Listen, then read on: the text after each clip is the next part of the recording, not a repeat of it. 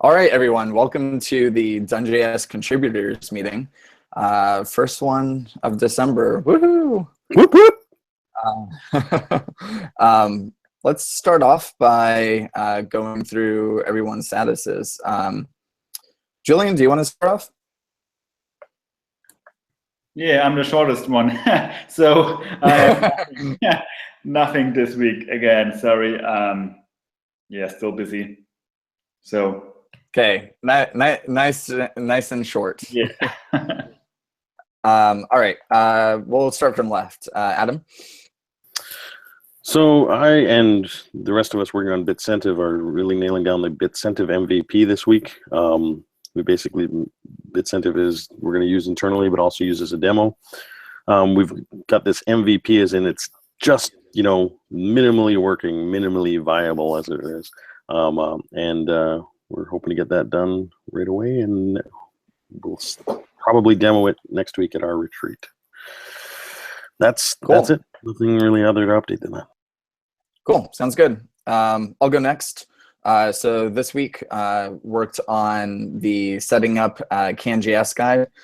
There's still a couple of things that I need to finish for that with browserify instructions and Webpack, but we'll have that done today.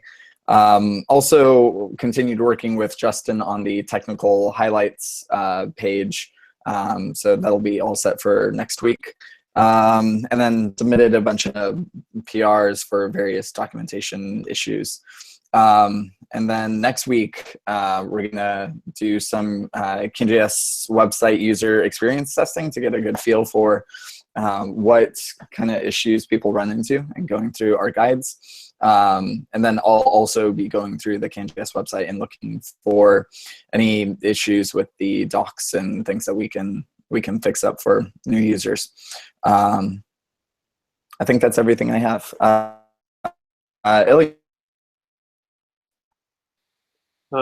You're catching off. I think you said my name. Sorry. Yeah, sorry. So I was off for a week and a half, and then joined Adam, Obite, and some other guys to work on Bitcentive. So the next week before going to Bitovi, I will be meeting with a guy from a local Toronto meetup, and I propose to basically make like a talk or / workshop about the package I was working previously with can fixture sockets. So basically, what I want is to make like a small app to show how to implement like RESTful models using WebSockets and how to test them with this package. So hopefully, the meeting I will have would be next Tuesday. That's like a preparation, and the actual meetup supposed to be December 13. Oh, yeah, like a week after. Cool. Sounds good. Justin. And Justin's out. All right, Kevin. Yeah, so this week I basically worked on 2 issues. I fixed CanFixtures XHR so that it would stop breaking socket.io. There was a few changes there. The main one I think was it was not handling binary data correctly. So the regular XHR was converting to an array buffer, and our XHR was doing some crazy binary thing. I don't know. It was doing it wrong, but the fix was to use getters and setters so that our mock XHR is more accurate to what the actual XHR has. And then there was another fix to fix response headers. Our get response header that we were implementing was doing nothing. It was just returning back.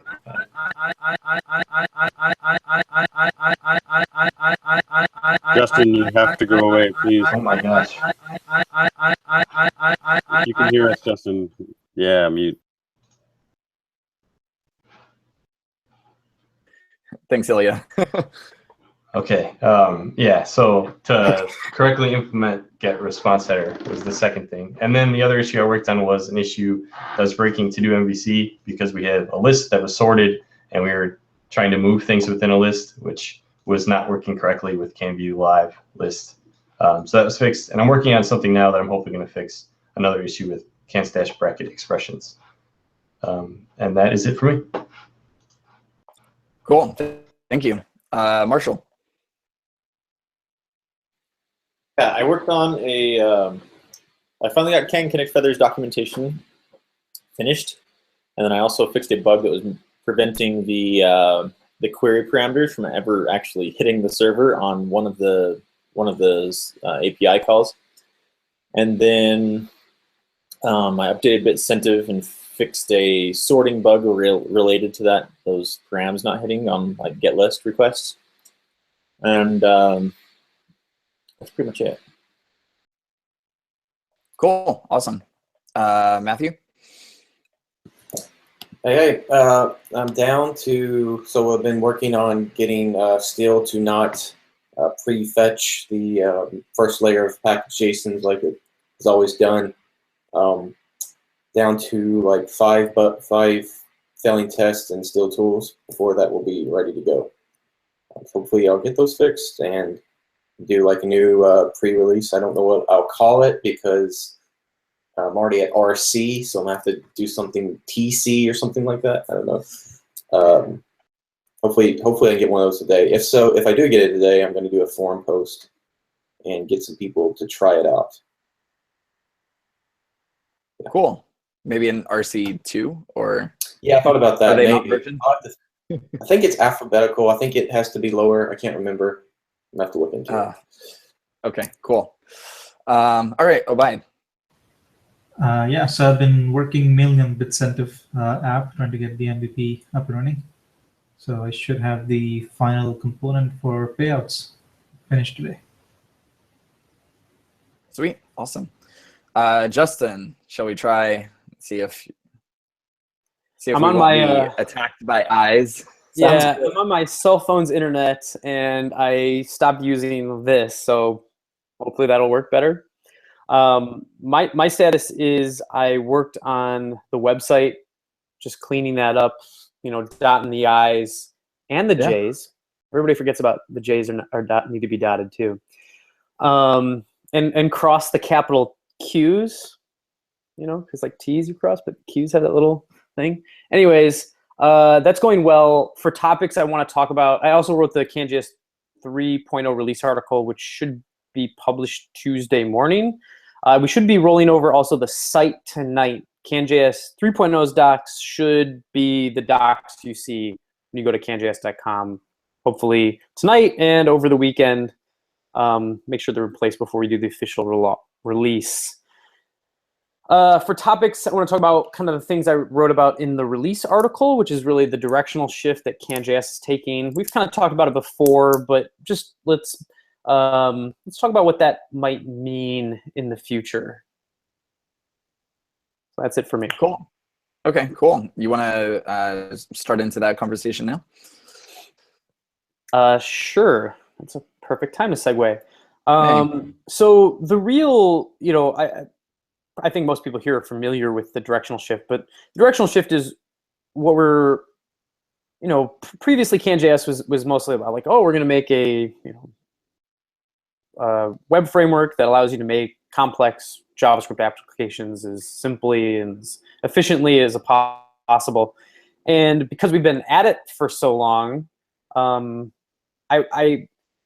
was actually like making it useful is obviously, really motivating, at least to me personally, for a long time.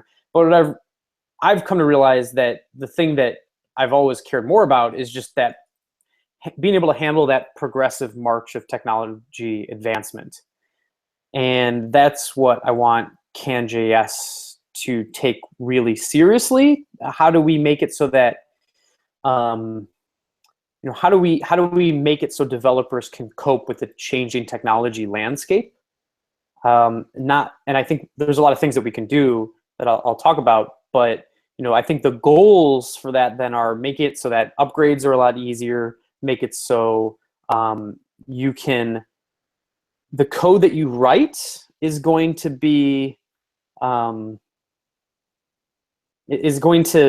valuable for as long as possible. Like if you write something that does something, it should be valid code as long as we can possibly make it that, right?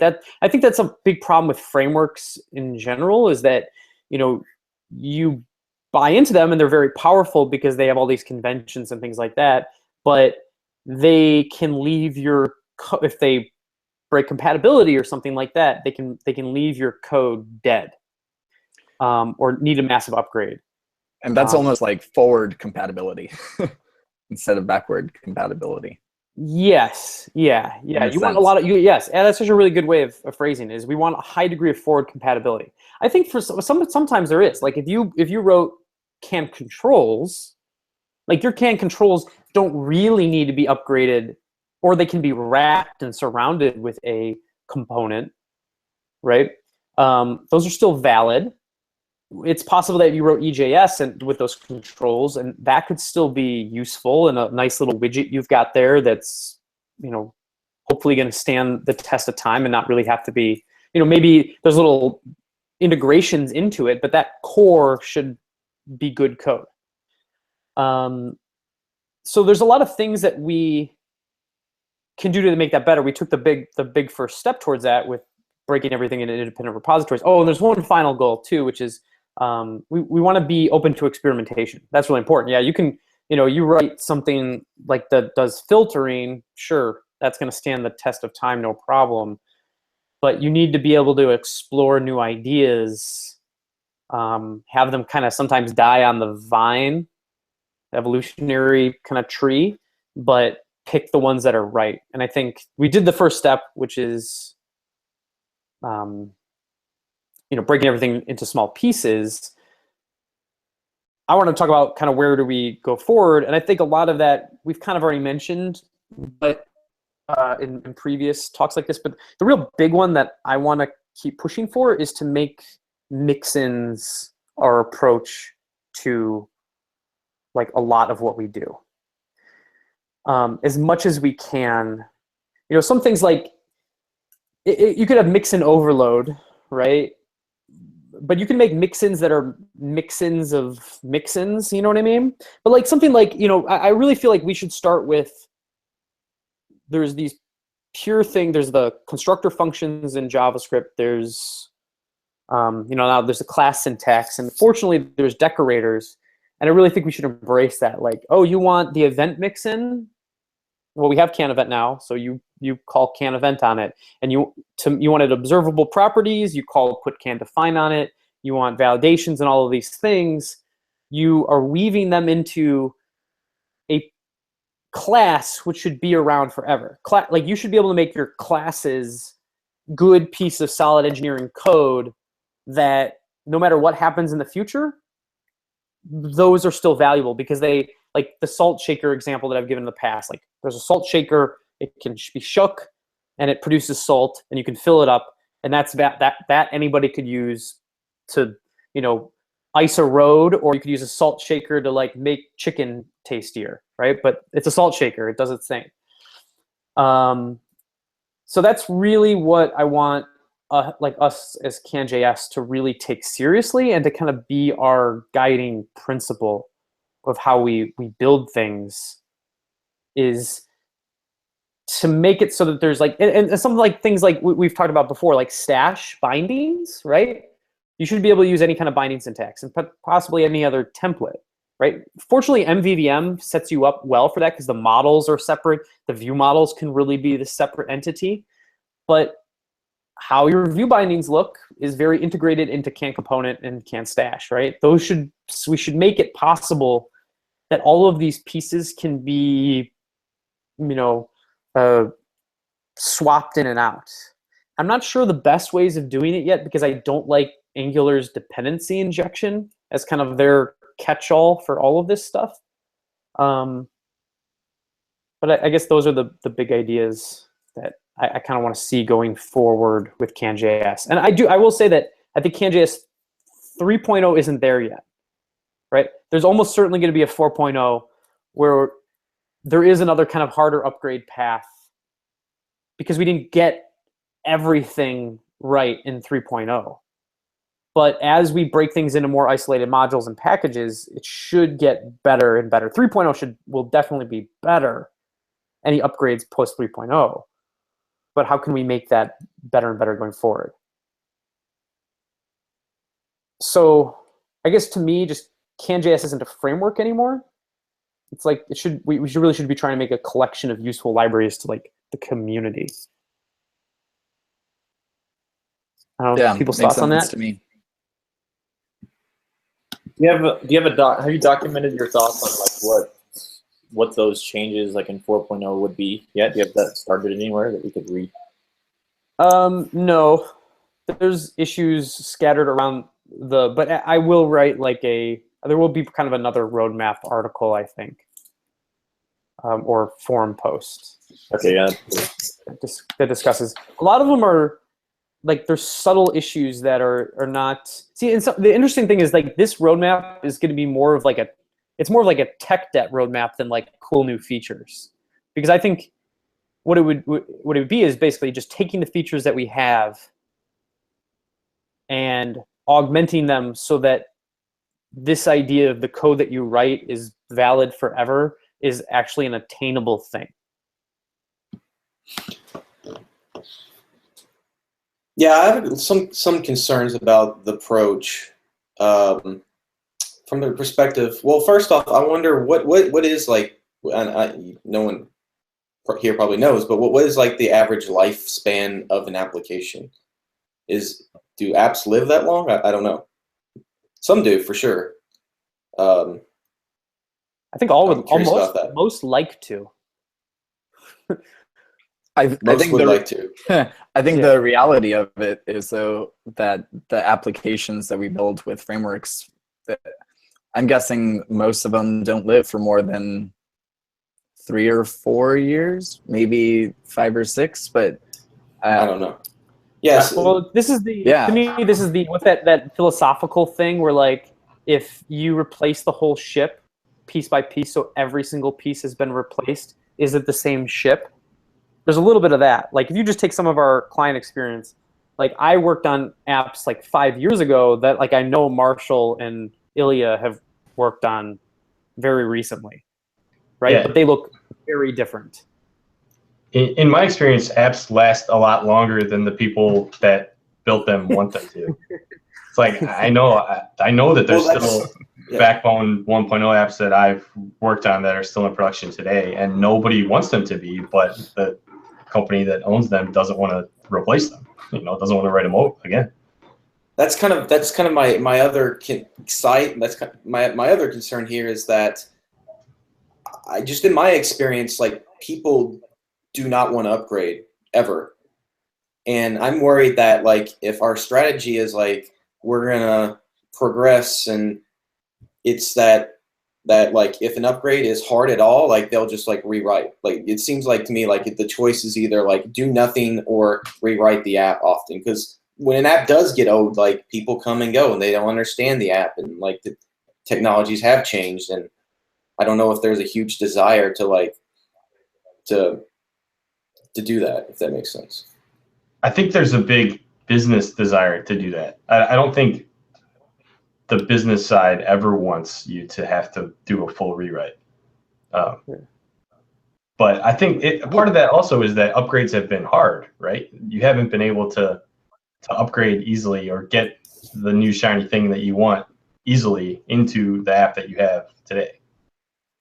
That's true. So I think if that's going to be CanJS's mojo, then that needs to be the focus, right? Because the upgrades should be easy, and you can make upgrades easy with like by not changing very much, or we do certain things to try to make it easy, but you can make it easy other ways, with tooling and that kind of thing. I think making it easy by not changing very much gets you in the same place. Like people don't want to upgrade because they don't get anything out of it. Right. They don't get those new things they want to use. So NPM question related to like future upgrades. I think the answer is no, but is it even possible to install, like, for example, say there's like CanDefine 1.0 and we come out with a 2.0. Can you have both of those installed at the same time with NPM? Or would you just have to that is a topic that I added for discussion for this meeting that we that came up in Slack last week. So I think you have to like manually bring it in somewhere else in the project, right? Yeah, so I think the short answer is no. You can't have two versions of the same dependency or the same package. And the kind of unofficial workaround from npm is create a new package that is at the old version and use that as your dependency. You mean in the same app, right? Like you can't load Yeah. have Lodash2 and Lodash3 as a dependency of your main package JSON. But you can definitely have multiple versions in the app. They just have to be, one has to be loaded by a sub. That's not exactly what Chasen was saying. What Chasen is saying is, let's say we have CAN component 3.0 right now, right? And then CAN component 4.0 is going to come out. And you don't want to upgrade everything to CAN component 4.0. You just want to start using CAN component 4.0. So what you do, or at least one suggestion, is you actually publish the name CAN-component 3 for your old legacy branch. And anybody who wants that, they just have, well, they would have to change all their module names, but they just point at CAN component 3. And then anybody who wants the new just uses CAN component. But isn't that just so you can load them both in your top level package JSON? That is. And like progressively update pieces of your app to the new stuff. So that's one way that we can handle it when this need eventually arises. I think what we can do really well also is the problem with that approach is, of course, you might be duplicate loading a whole lot of stuff, right?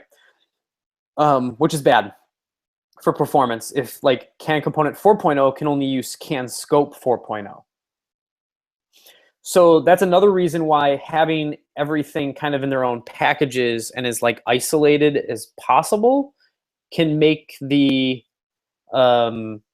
cost of having kind of an application have both a 4.0 and 3.0 much less, right? If like CAN util, which are these kind of very simplistic for the most part. There are some parts that get a little bit, you could see APIs breaking.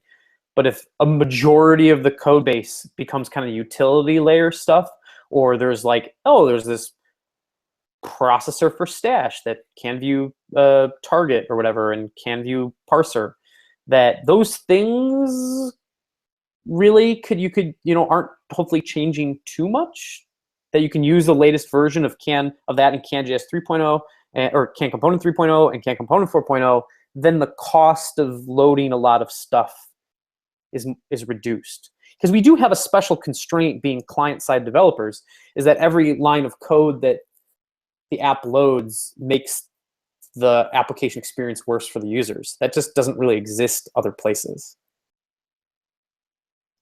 I don't think I fully followed what you were saying about the duplicate loading of packages being an issue with the kind of the npm approach, and what you're comparing that to. I guess what I mean is we really need to take seriously keeping every module or every package doing one thing and doing it really well, and trying to keep that as stable and as thoughtful as possible, so that CAN component 20 can still use, CAN component 3.0 and CAN component 20 can still use the same version of CAN util event or something, CAN event, because Sure. those are just super stable and haven't changed. Yeah, okay. So You know what I mean? really you're saying that all of our infrastructure modules need to be like very stable and possible. Just get it right. Well, I see. To me, I think the thing about change is if you do only one thing, you don't need to change very often. So that's what it is. Sure. It's like by dividing them all up. Sure, maybe there is one that you have to load twice. Maybe CAN util atter, right? Kind of has a funky API right now. It's different API than a lot of other things because you don't have to call it with the element is it's this. Anyways, let's say CAN atter, we do want an breaking API change, but that's okay to load 2 of those maybe, because, well, that's just 2 of that. It's not all 2 of CAN-util, the whole CAN-util, right? But right now, CAN-view-attr or CAN-util-attr is all in one. It's mixed in with every other module in CAN-util. So CAN-util really needs to be broken up at some point if we're going to do it right. That's only one side. I think the other thing is just making sure that like globals in the framework are treated as globals, or very, very well respected, even more thought of. This is the problem. This is why CAN-util has almost its own little global module, which I say the sausage is made there. We need to identify those things like CAN-view tag, those CAN-view callbacks are global. Those are the points where CAN observation or CAN observe or whatever, CAN observation. Those are the points where we're in the most danger of making backwards changes incompatible. So that's where we need to spend a lot of our time and thought isolating. No. Gotcha. That makes sense. So, but Matthew, we kind of skipped over a little bit what you were saying. Yeah, I mean, to me, it is more like on the business side, and I'm not sure everybody will respond to it. I mean, we've seen the community goes from one cool thing to one cool thing. And I think it's rare that you'll ever get a chance to be the cool thing. Like we had one shining moment with JavaScript MVC like 6 years ago. Right? And I'd be very surprised if maybe Angular, just because of Google's name, can retain the threat of React, and then somebody else is going to come out. I think our strategy should be more, if you pick up 5-10% of users every year, you do that for 20 years, every single person uses your framework in the whole world. Right? Like if you can constantly grow, even at a slow rate, that's all that really matters. I think that's what I want to shift our strategy to, is taking very seriously the current users, keeping them happy by bringing in new ideas, but still not making that upgrade path as difficult. Because maybe, ideally to me, the upgrade path is you can leave all that old code where it is. And bug fixes, you can get any new bug fixes. But if you want to do the new cool CAN component kind of thing, okay, that's fine. You do it over here in this new part of the app. And your app isn't that much bigger for it. It's a dream.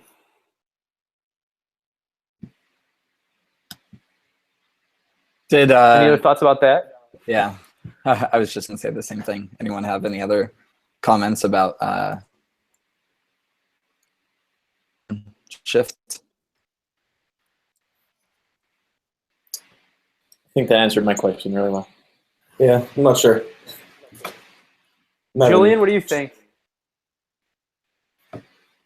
Yeah, I agree with Matthew. I was coding CAN.js like 3 years, so I made many of tiny apps, not a whole bunch of a big app. So it's only tiny apps. I used control at the beginning, and then I switched over to components, and I never used server-side rendering. And my experience is that I never upgrade old code. So I used CAN.js 1.0, and then I used 2.x, and I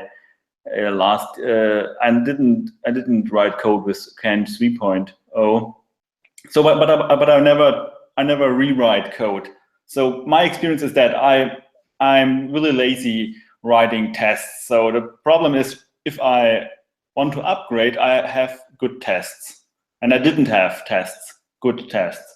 So I rewrite the code many times, or the times I would upgrade. I rewrite the code, and also I found if you're writing code, you rethinking what you are doing, and maybe you find a better solution for a problem. And it's not only upgrading code for a component or for a library. So it's more rethinking the code, more refactoring your code, and find better solutions for that. And so I love that in CanJS that you can write code, and if you are using Can 3.0, you are still writing maybe the same code you're writing on 2.3. So it's not that different. So your learning curve is really very high. So you can,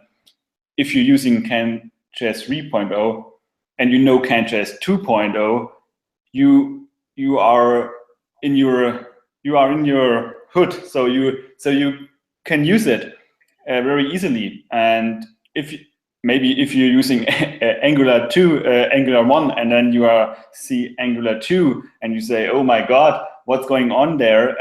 You are totally lost, and you have to learn the whole thing again. And I think that's a problem for many users. The internet stuff is fast changing. So I had never time for learning all the stuff there's out there. So it's good to have a base where you can where you have you have your information or your strategy for your code, and that's going on with CanJS 3.0. But I think we have to look into the future, and maybe it's like a little bit difficult. On the one side, you want to be stable. You want to be have stable code for upgrading stuff.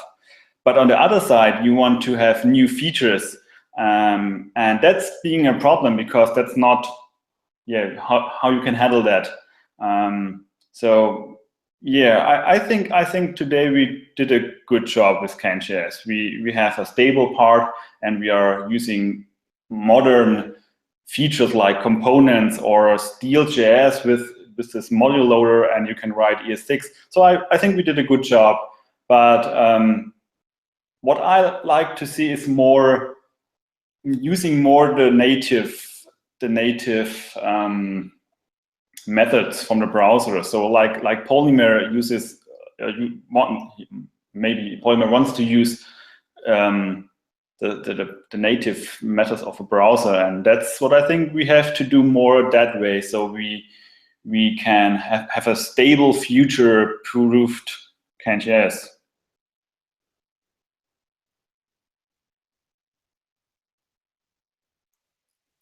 Yeah, Julian, did you just get off there, or just pause? Yeah, I paused, so Okay, I'm finished. Yeah. Okay. Well, I mean, part of what I was talking about post 3.0 would address what you were saying. Is I think that by making it so that you can just decorate constructor functions with observability, I think would hit a lot of that point. I do think we do need to transition to making components be real custom elements, and probably a binding syntax. I like that idea. Instead of, I like that idea because now you have to write your component, and you have to write a stash, and you want to add the stash renderer function, or the what's it called, the stash part into your DOM, and then it's rendered, and then it's there. But yeah, I like the Polymer way, the web component way. It's nice, but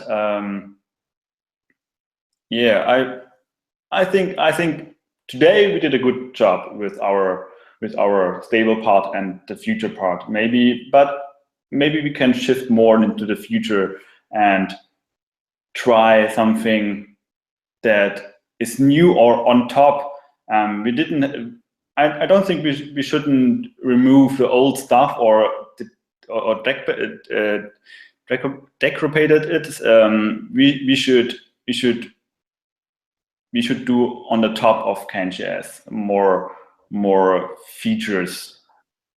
Well, I think it's on the side, right? You go to the side. There's a can component, and maybe there's like a can element or something like that that is going to make an element. To me, the easiest thing would be to have you can register an element, and it's very similar to a component, but the element's properties are really the view model. So there's like getter setter properties that you apply to the element itself, and then we would make the view binding syntaxes instead of binding into the view model. If everything kind of defaults to the normal dollar, what the dollar binding syntaxes do, which is write to the element itself. That's probably what I would do. But actually, I don't think that. I think all that can be discussed and should be discussed later, like what a 4.0 or what new features that we want to tackle. It's more interesting to me just hearing your perspective on that. You never rewrite. You never upgrade apps, but you do. It sounds like you write smaller apps. Yeah. It's like, I don't know if you read Martin Fowler, but his whole thing is like never rewrite an app because you're good with stuff that like you had to reconcile in the first app. Always break it off in chunks and write a small piece. And I guess that's at least that's the approach that like I want to provide.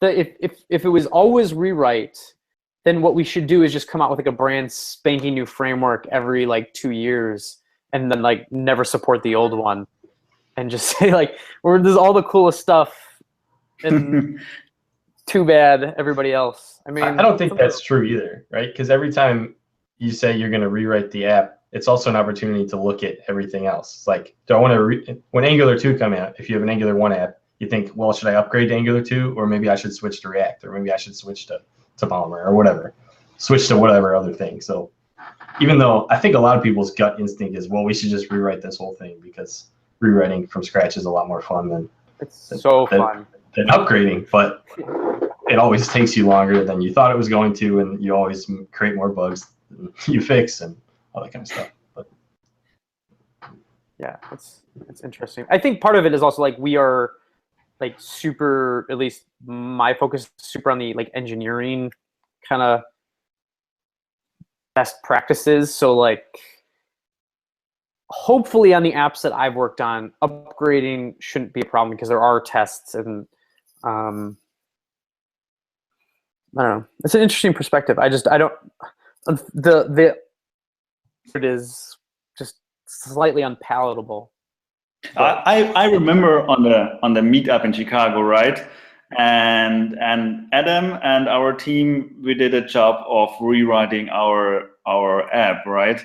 And Adam, correct me if I'm wrong, but our experience was that we have to, or we should, in that week we should to rewrite our app, right? And not to upgrade it.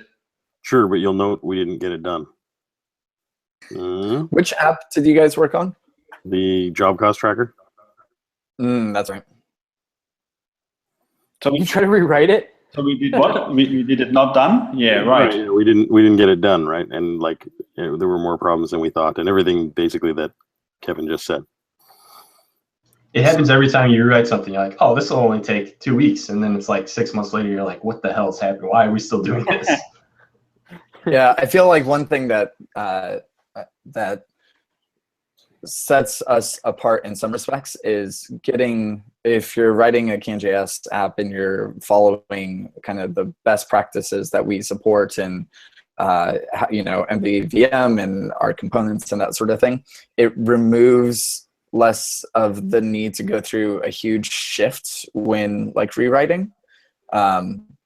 Because I feel like I've gone through rewrites of apps of like, oh, we're taking this jQuery mess and we're going to do a rewrite. So now we're going to use Angular 1, and then you go through that, and then you get through the experience of Angular 1, and you realize the kind of some of the patterns that they set up were just poor coding practices and weren't going to be maintainable for the future. So you're like, all right, we have this unmaintainable mess. We're going to rewrite it into this new framework. I feel like CanJS actually does a really good job of like setting the best practices so you don't feel the need to do that. Like it's maybe not more difficult, but it's easier to do the right thing and then not end up with something that you want to rewrite in the future.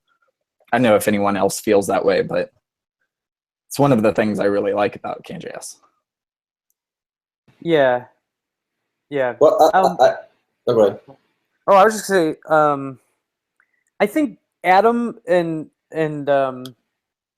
Julian, if upgrading to 3.0 is as simple as like just installing the right packages and changing your module names around, I think you would have upgraded if the app worked after that. For sure. Right? And then if you could have just changed one view model at a time, and it would to the define maps from maps. Right? I think that's part of his point was that he didn't have good test coverage, and I think when you don't have good test coverage, that makes any upgrade scary, right? Yeah. I think that's one thing that we can do is like I think people will upgrade. If they'll upgrade, if we say it's just a bunch of patch fixes, like a lot of times I think people will upgrade those. I mean, it seems like people will, move along from 2.3, 9 to 2.3.27 or whatever it is. They'll try it and do a quick, hey, it looks like it's working. We'll take it. I think that's part of the goal for all of this is like it should be possible to like get your batch updates on little microscopic parts. Oh, there's a new can event fix. Or there's a can view live fix that like Kevin just did. View live. That a lot of times would have been coupled with a breaking API change in like a new release. Those things are at least now disjointed. So hopefully, I mean, it's kind of what's interesting is like, is it what drives people off of their current stack? Is it that they just wrote their current application terrible and the upgrade would be hard and they can't just get like the new fixes? To me, sometimes I think it's like the things that really motivate people to like drop a framework are when they find a bug and they can't get it fixed. Like, I think that's like the worst thing. It's like, oh, this doesn't work and I keep running into this problem. I can't get it fixed unless I go to the new version, and I can't go to the new version because like it's going to take a week or two to deal all the breaking changes and get it QA'd. So I guess I'm looking at it as like a way to, if we can keep getting those bug fixes fixed for a longer period of time, it'll keep people happy. And eventually, hopefully, they'll see the new, like, hey, this is really new, cool way of doing things with event streams and define maps, and you can register elements themselves, and you can start using that in this part of the app because they're just new NPM modules that you're adding. You're not deleting the old ones, and it can keep people going for longer. I think part of it also is like the grass is always greener, right? You always see something in those other frameworks that you want that you can't have with what you have now. And I think if we make, and that's the other part of what we're doing is making it easier to have those things. Like you don't need to switch to Angular 2 to get observables. You can use CanStream or whatever the thing is that you want. Is we want to make it easier to add those things today to your existing app. Another thing I think with if this is going to be, I think what we're really talking about is like what is CanJS's niche, right? Like what do you want the niche to be? Yeah. What does it represent? Yeah. So if that's the niche, I wonder, or I think that like the marketing strategy should be to that niche. You know what I mean? Like who we market to should be that. Like I was thinking about think about like XJS is still around today. Yeah. Like they're still selling that. I've never seen an XJS talk at a meetup. But they have their niche, and their niche is, like they have all these widgets that are pre-made for you, and you just gotta plug them together. So I don't know what they're doing. I mean, they're doing something. So I wonder if we need to think about like how do we find people that are interested in this particular niche? Yeah, I agree. Do we go up and be like, hey, how does the grass look on over there? And if they're like, it looks about the same. We're like, hey, I got a framework to show you. I don't think that would work. No. The grass wasn't greener over there, so they're like, yeah, it looks the same. No? Okay. Cool. All right. Should we talk about how to handle custom generators? Even though we're kind of moving up on an hour. Could we start that a little bit? Yeah, I think I can show or walk through the use cases that I documented, and then maybe we can talk about how to actually do it later. Yeah, maybe you soak our minds up with the problem, and then we can let people think about it next time. Yeah. All right, can you guys see my screen? Yep. Yep. All right, so I tried to document the use cases that I see for custom generators in DoneJS, and I've got a little bit of a explanation up front. And all of these things talk about templates, and that's referring to like EJS templates. So our generator DoneJS is using Yeoman, which is using EJS templates. So like when you say DoneJS add component, what it's doing is it's copying all of these things, which are actually, EJS templates, into your project. So that's what templates means. So the first use case is allowing plugins to modify templates that are used by other plugins. So this would be like, you want to say DoneJS add Mocha, and what that is going to do is modify this template that was created by the component generator to use Mocha instead of QUnit. So what we want to do is be able to say DoneJS add Mocha, and then DoneJS add component, my component, and then this uses Mocha. So this is the one that actually already works, which is nice, because how this works is these templates get added into your project in this hidden .donejs folder. So what this does is this modifies the template that's stored in your project. So in the future, it actually overwrites the template that's stored in your project.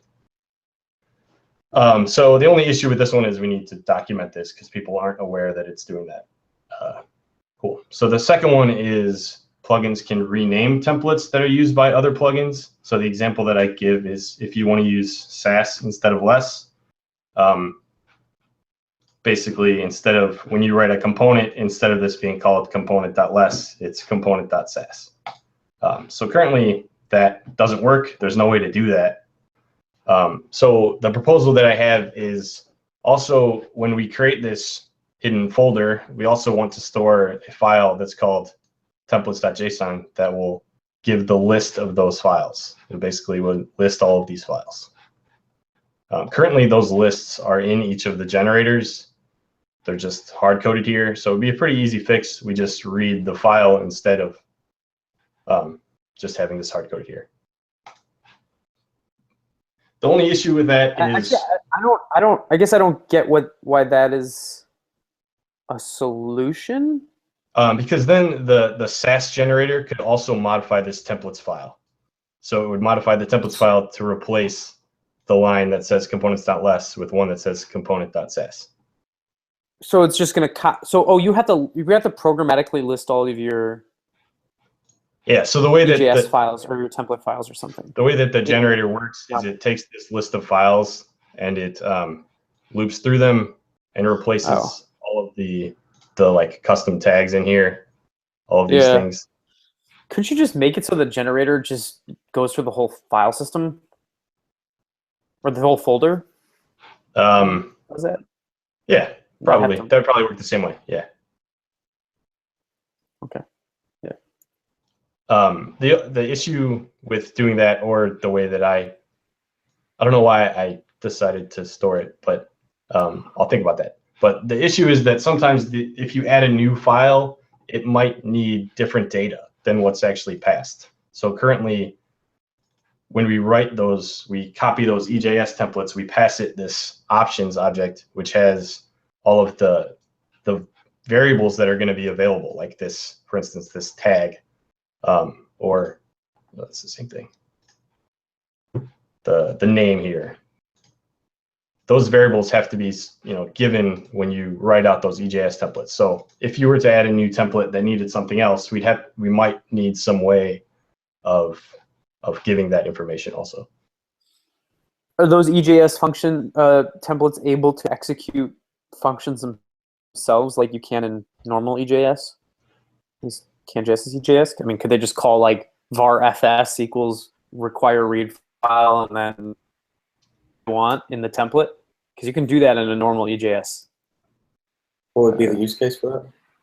Well, I don't know. He's just saying there might be other data that it needs. Like, I mean, Oh. if you wanted to know if you were in Oh, you mean like Windows in versus this Mac or template? something. In Yeah. this template, put a function here or something instead. Yeah. Um, Old school EJS can do that.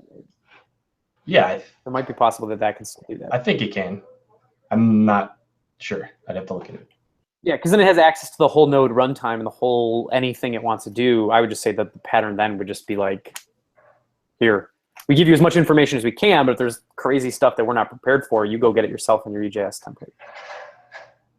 Yeah, that would be a possible solution. This is a possible solution. I don't know if this is actually a problem. If you want to use other stuff, maybe your template is doing too much. Right now, they're pretty simple. They don't do a whole lot. But all right. So then the last one, the one that's actually complicated, is two plugins that can modify the same template. So the use case for this is you want to say DoneJS add Mocha, and you want to say DoneJS add CommonJS. So that would basically mean that this component test would have to be converted to CommonJS and converted to Mocha. So there's a couple of solutions here. The first one is basically that you're going to, instead of overwriting the files, we're going to transform the files.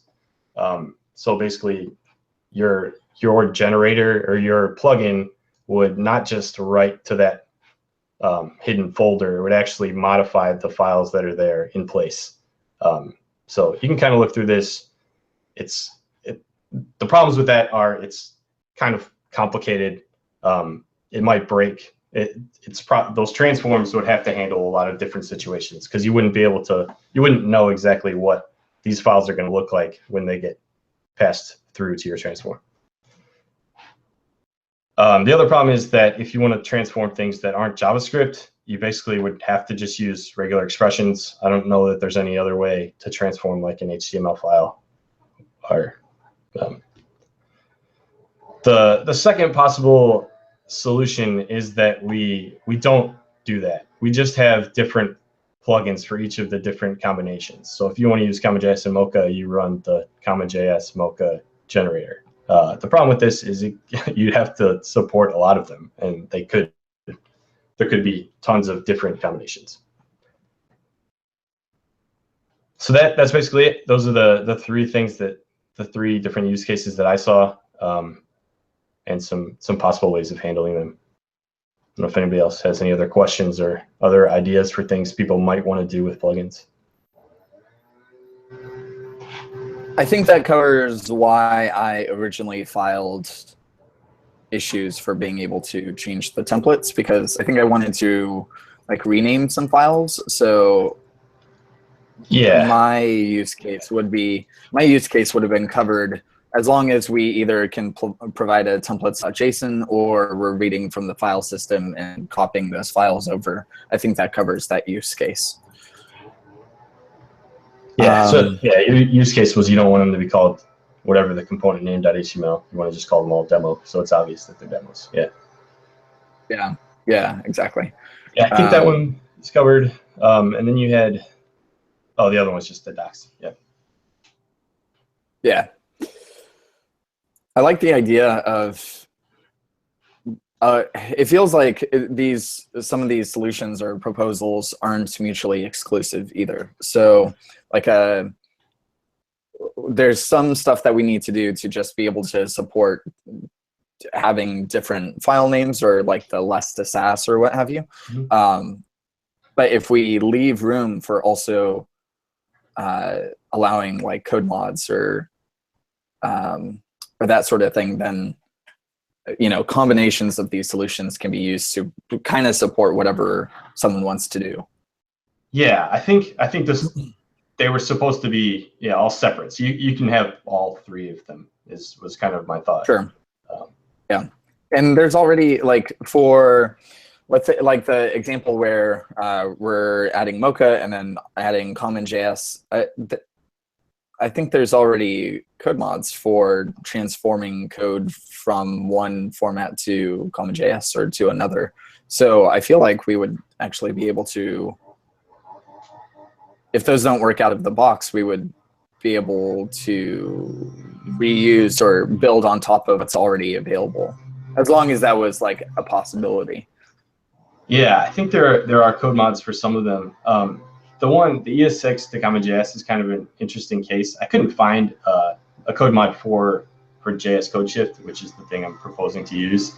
To do that, you can go the other direction from CommonJS to ES6, but I think it's not hipster enough to go the opposite way. There's no ES6 to CommonJS? I mean, I couldn't find, there might be, but I could not find it. There's If only we had a tool that did something like that.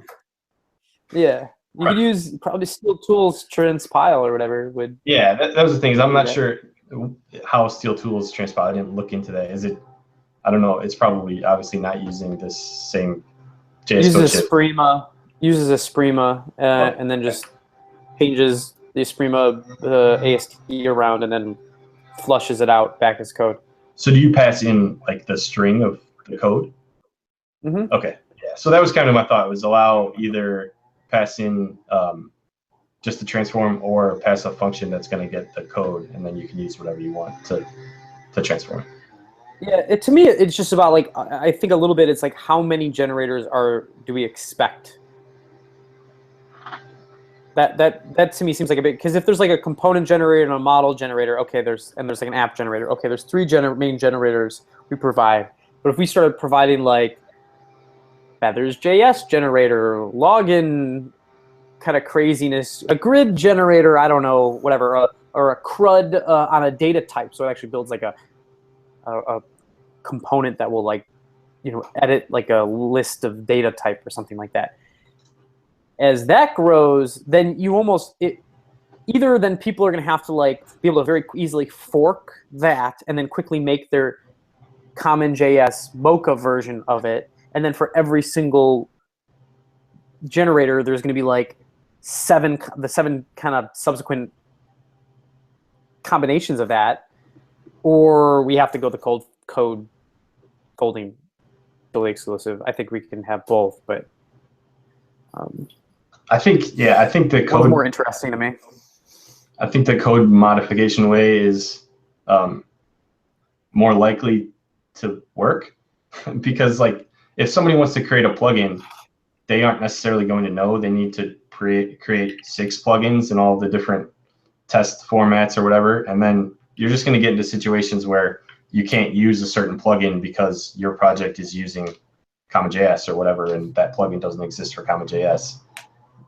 I don't know. That's kind of what I see happening. But on the other hand, the code mod seems technically challenging, so I don't. Which sounds fun, but also, it has its problems. Cool. Yeah, but Anything we're else? also supporting like a more advanced feature, right? Like these generators are already more technically complex, so like just leaving the door open for doing stuff like code mods seems appropriate. Yep. Cool. Anything else anybody wants to talk about? Because we're up over an hour. Amen. The end. All right. Good chat, everybody. All right. See you all. Talk to y'all later. Have a good week. Yeah. Bye, Julian. See ya. Thanks, Julian. Bye.